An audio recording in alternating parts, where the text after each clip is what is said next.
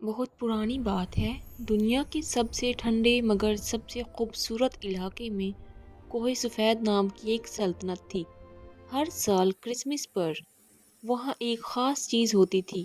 محل کے سب سے اونچے برج پر لگا ایک جادوئی ستارہ خود بخود چمک اٹھتا تھا۔ یہ ستارہ پوری سلطنت کو روشنی اور امید دیتا تھا۔ اس سلطنت کے بادشاہ حمید کی 3 بیٹیاں تھیں۔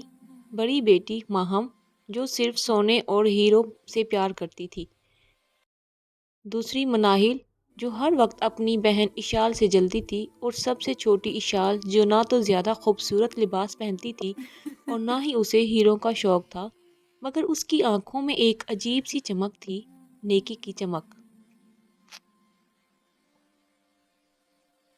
ایک دن ماہم تیار ہو رہی ہوتی ہے اور شہلا سے کہتی ہے، دیکھو شہلا، میرے اس ہار کی قیمت پورے گاؤں سے زیادہ ہے۔ اس کرسمس پر میں ہی سب سے حسین لگوں گی۔ اور جواب میں شہلا کہتی ہے، ہاں ہاں، مگر اس اشال کو دیکھو، ابھی بھی پرانے کپڑوں میں نوکروں کے ساتھ بیٹھی ہے۔ بادشاہ سلامت کی ناک کٹوائے گی یہ لڑکی۔ اشال نے مسکرا کر جواب دیا، باجی، اصلی خوبصورتی کپڑوں میں نہیں، کسی کے کام آنے میں ہوتی ہے۔ یہ کیا ہو رہا ہے؟ اسی دوران میں ڈر گئی ہوں۔ اچانک محل باہر ہلتا ہے، باہر طوفان شروع ہو جاتا ہے، برج پر لگا ستارہ بجھ جاتا ہے، اندھیرا چھا جاتا ہے اور سلطنت میں شدید سردی بڑھ جاتی ہے۔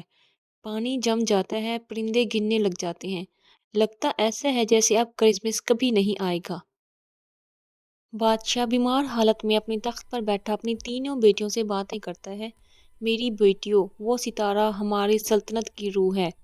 جادوگر نے بتایا ہے کہ وہ ستارہ اپنی طاقت کھو چکا ہے، اسے دوبارہ روشن کرنے کے لیے وادی خوف سے زندہ آگ کا پھول لانا ہوگا۔ جو بیٹی وہ پھول لائے گی وہی میری وارث بنے گی۔ وادی خوف کا نام سن کر اچھے اچھوں کا دل کانپ جاتا تھا، لیکن تخت کے لالچ میں ماہم اور شہلا نے فوراً حامی بھر لی۔ اشال نے صرف اپنے باپ اور لوگوں کی جان بچانے کے لیے ہاں کہا۔ ماہم اور شہلا بڑی گھر میں گرم لباس اور بہت سارا کھانا لے کر نکلتی ہیں۔ اشال ایک کمزور گھوڑے پر معمولی کوٹ میں نکلتی ہے۔ سفر کے آغاز میں ماہم اور شہلا تیزی سے نکلی، انہوں نے راستے میں کسی کی پرواہ نہیں کی۔ اشال دھیرے مگر مضبوطی ارادے سے ساتھ چلی۔ راستے میں برف میں دھنسا ہوا ایک ٹوٹا پھوٹا گھر تھا، باہر ایک بوڑھی عورت ٹھنڈ سے کانپ رہی تھی۔ بوڑھی عورت نے کہا، بیٹی تھوڑا کھانا دے دو، بہت بھوک لگی ہے۔ ماہم گاڑی سے جھانک کر، ہٹو راستے سے، ہم شہزادیاں ہیں، بھکاریوں کے لیے نہیں رکتی۔ گاڑی آگے بڑھا دی۔ شال وہاں رکتی ہے، اپنا آدھا کھانا اور اپنا گرم سکارف اٹھا کر بوڑھی عورت کو دیتی ہے اور کہتی ہے، اماں جی، میرے پاس زیادہ تو نہیں، مگر یہ آپ رکھ لیں۔ جیسے ہی اشال نے مدد کی، وہ بوڑھی عورت ایک روشنی میں بدل گئی۔ وہ کوئی عام عورت نہیں، جنگل کی محافظ پری تھی۔ پری نے اشال سے کہا، تمہارا دل سونے کا ہے، یہ لو حقیقت کا آئینہ، جب راستہ بھٹک جاؤ تو اس میں دیکھنا۔ اب تینوں بہنیں اندھیرے جنگل میں داخل ہوئی۔ یہاں راستہ دکھائی نہیں دیتا تھا اور شہلا کا لالچ انہیں اندھا کر رہا تھا۔ وہ ڈر کے مارے چیخنے لگی۔ ماہم نے کہا، مجھے واپس جانا ہے، یہ تک میری جان سے پیارا نہیں، ہم ایچل سے پہلے پہنچیں گے۔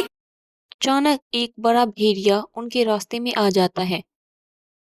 ماہم اور شہلا ڈر کر چھپ گئی، لیکن اشال نے پری کا دیا ہوا آئینہ نکالا اور اس بھیڑیے کی آنکھوں میں روشنی ڈالی۔ بھیڑیا ڈرنے کی بجائے اشال کے سامنے جھک گیا، کیونکہ جانور نیک دلوں کو پہچان لیتے ہیں۔ تینوں بہنوں کا اصل امتحان اب شروع ہوا تھا۔ پہاڑ اتنا اونچا تھا کہ بادلوں سے باتیں کرتا تھا۔ ماہم اور شہلا تھک کر وہیں بیٹھ گئی۔ شہلا نے کہا، میں اور نہیں چل سکتی، میرے پاؤں چل گئے ہیں۔ ماہم، باہر میں جائے یہ سلطنت، میں واپس جا رہی ہوں۔ اشال کے ہاتھوں سے خون رس رہا تھا، چہرہ برف سے لال، مگر وہ رکی نہیں۔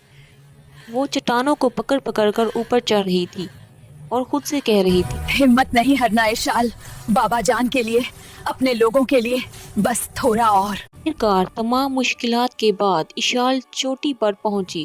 وہاں وہ پھول موجود تھا، مگر برفانی سنو مانسٹر پہرا دے رہا تھا۔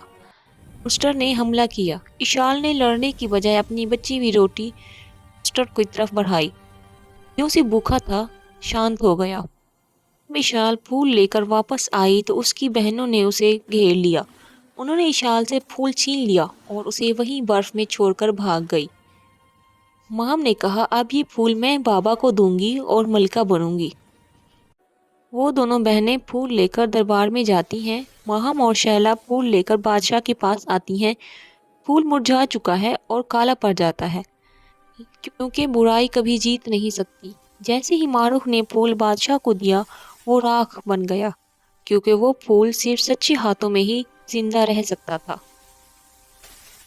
اسی دوران دروازہ کھلتا ہے۔ اشال زخمی مگر پرعزم اندر آتی ہے۔ اس کے پیچھے وہی جنگلی بھیڑیا اور ہواؤں میں پری کی روشنی تھی۔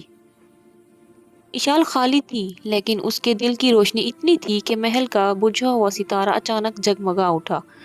بادشاہ نے کہا میری بیٹی تم واپس آ گئی۔ اصل جادو پھول میں نہیں اشال کی قربانی اور محنت میں تھا۔ ستارہ اشال کو دیکھ کر خود بخود روشن ہو گیا اور سلطنت میں واپس گرمائش آ گئی۔ مہم اور شہلا شرمندگی سے سر جھکائے کھڑی ہو جاتی ہیں اور اشال سے معافی مانگتی ہیں۔